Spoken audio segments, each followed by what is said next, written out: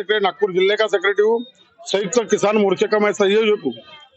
आज का जो आंदोलन पूरे देश में नागपुर ग्रामीण भारत बंद और कामगार संगठनों की ओर से औद्योगिक हड़ताल, ये पूरे देश में बड़े पैमाने पर हो रही। कल हमको अखबारों में मीडिया में दिखेगा आज भी कि कैसे बंद सफल हो रहा है करके। बहुत जगह रास्ता रोको आंदोलन हो रहे, रेल रोकी जा रही है, शहरों को बंद किया जा रहा है और लोग रास्ते पर उतर चुके हैं। आप हालात देखेंगे कि इस देश का मोदी राज आने के बाद जो अन्याय बरपा गया, जनता को लूटा जा रहा था, किसानों को लूटा जा रहा था, कामगार कायदों की तौहीन की जा रही थी, ऐसे हालात में अगर इस देश को रास्ता बताया तो वो किसान आंदोलन। 2020 नवंबर में जब किसानों ने दिल्ली की ओर कूच किया और वो नवंबर दिसंबर 2021 तक चला, मोदी को घुटने टेकने पड़ा और 2-3 किसान विरोधी कायदे पीछे लेने पड़ा। कोई आंदोलन की एक मर्यादा होती, एक मांग पूरी कर ली, मगर एमएसपी का जो सवाल था, हमी भाव का कायदा, वो पूरा नहीं किया सरकार ने और इससे उसके खिलाफ किसानों में खटखट थी। कामगार संगठनों के 29 कायदे रद्द करके 4 कोड बनाए गए जो पूंजीपति के हित के लिए, तो उनमें आक्रोश था। और हम देख रहे कि पेट्रोल डीजल गैस पर जो 9% का टैक्स था उसको 44% तक बढ़ाया गया, लूट की जा रही है। जीएसटी जो 18 से 28% टैक्स था उसके माध्यम से अभी अनाज पर और छात्रों के पाठ्य पुस्तकों पर जीएसटी लगाकर लूट की जा रही है। तो ये जनता के ध्यान में आ गया और इसलिए इस बंद को चारों तरफ से समर्थन हासिल है। हमारे आंगनबाड़ी सेविका को 54 दिन संप करने के बाद सिर्फ पेंशन ग्रेजुएट की बात होती है। हमारी आशा कर्मचारी है, अक्टूबर में 23 दिन संप करती है तो उसका आरोग्य मंत्री 7,000 मानधन बढ़ाने की बात करता है और अब मुख्यमंत्री क्या बोलता है, 12 जनवरी से फिर उनको जीआर नहीं निकला तो उतरना पड़ा संप के लिए। मुख्यमंत्री बोलता है उसको पावर ही नहीं है आरोग्य मंत्री को। यह हालात है और उनका अभी वो संप भी 28 दिन कर गुजर चुका है, 1 महीना पूरा हो रहा है और वो बम्बई पर आजाद मैदानों पर बैठी यहाँ भी आंदोलन कर रही है।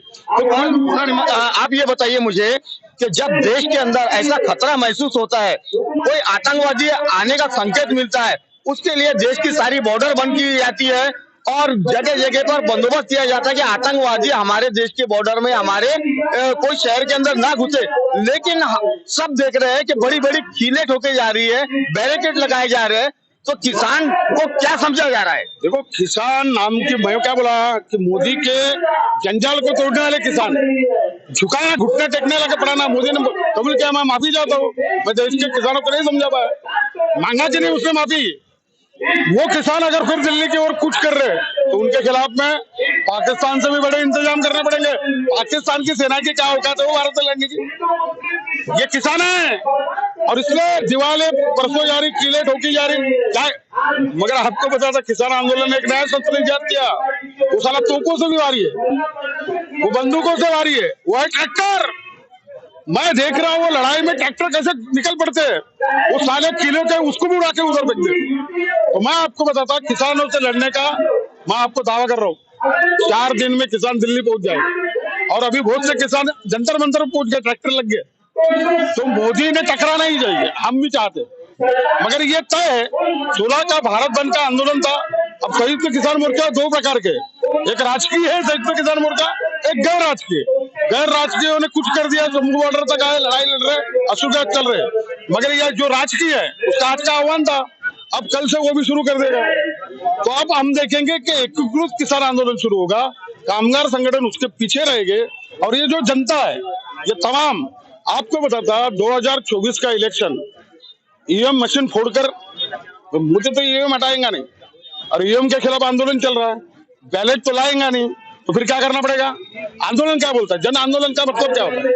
मैं संकल्प कर रहा अपने आप से, मैं नारा जब लगाता हूँ तो संकल्प करता हूँ। आज हमारी सब महिलाओं वाले हम ईवीएम फोड़ेंगे, वो ऑटोमेटिक है। सर, आप जैसा ईवीएम फोड़ने की बात कर रहे हैं, आप देख रहे हैं कि देश भर के अंदर ईवीएम के विरोध में सारी जगह प्रदर्शन हो रहा है, लेकिन जब इलेक्शन आता है तो क्या होता है? विरोध सब जो करते हैं वो खामोश बैठे हैं और जो ईवीएम से इलेक्शन, अभी तो ईवीएम से इलेक्शन होने वाले है। मोदी है, हुक्म क्या है?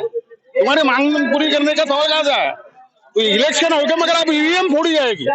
अपने इतिहास में देखे कि एक आदमी ने नहीं कहा आके मतदार केंद्र में ईवीएम फोड़ी, 3 घंटे के लिए इलेक्शन रुक गया, बाद में नई मशीन आई और फिर चले। अब ऐसा नहीं होगा, पहले फेज में मशीन फोड़ी जाएगी, 3 घंटे के बाद दूसरी मशीन आएगी, शुरू होगा, फिर उसको घोड़ी जाएगी, साला वो 5% वोटिंग नहीं होगा, तो चुनाव तो कैंसिल होना पड़ेगा। तो मैं आपको बताता हूं, जनता की तैयारी कर रहे हैं हम लड़ाकू लोग हैं, हम भीख मांगने वाले लोग नहीं, हम तो छीन के लेने वाले लोग हैं, हम संविधान के मानने वाले हैं। तो संविधान में जो हमको अधिकार दिया वो तो छीन के लेंगे ना।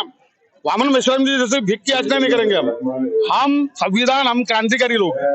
इस देश की आजादी हमने क्रांति के माध्यम से पाई, सिर्फ ने क्या महात्मा गांधी के नारे से नहीं हुई। वो आजाद हिंद सेना ने क्या मेरान तक आ गई थी, उधर अंडमान निकोबार को आजाद किया था आजाद हिंद सेना ने, इधर अंदर से पूरे जो 1942 के आंदोलन में उतर चुके थे हजारों लोग, सबको ये आजादी मिली। मगर वो आजादी मिलते वक्त भी अंग्रेजों ने चालाकी की, ये भाग्य अपने को बाबा साहेब अम्बेडकर जैसे नेता मिले अपने को, और संविधान कमेटी और एक संविधान मिल गया जिसने मनुस्मृति को हटाकर हमको लोकशाहीवादी संविधान दिया। तो अब तो हमारे हाथ में पड़ रहे, खा गए धोखा। बब्बन लोग बहुत होशियार है, हजारों साल से राज कर रहे हैं, बना दिए चूतिया। 2014 में आ गए होंगे, मगर अब हम मनुस्मृति को जानते हैं, हमको शिक्षा का अधिकार मालूम है, हमारे अपने अधिकार मालूम है। अब मैं ये मड़का लगाऊंगा और पीछे में झाड़ू मारूंगा, ऐसा लग रहा है कि अब्दुल भाई अब तो साला जो लगाना उसको मारूंगा। और भैया भीमा कोरेगांव की लड़ाई है, 500 महार सेना ने सारा 2,500 हजारों वो विश्व सेना को मार भगाया ना। तो हम तो शूर लोग हैं। तो अब ये नहीं होने वाला, अब लड़ाई होगी, मंजर होगा, खतरनाक संघर्ष होगा।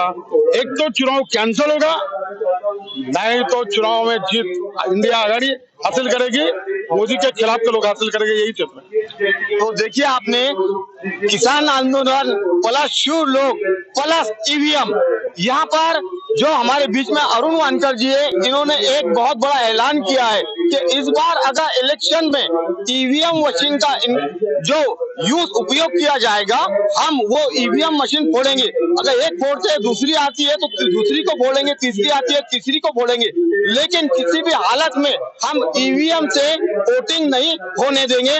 ऐसा यहाँ पर आप देख सकते हैं अरुण वानकर जी का ये बयान है। तो हमारे चैनल को सब्सक्राइब करें और बेल आइकन दबाना ना भूलें।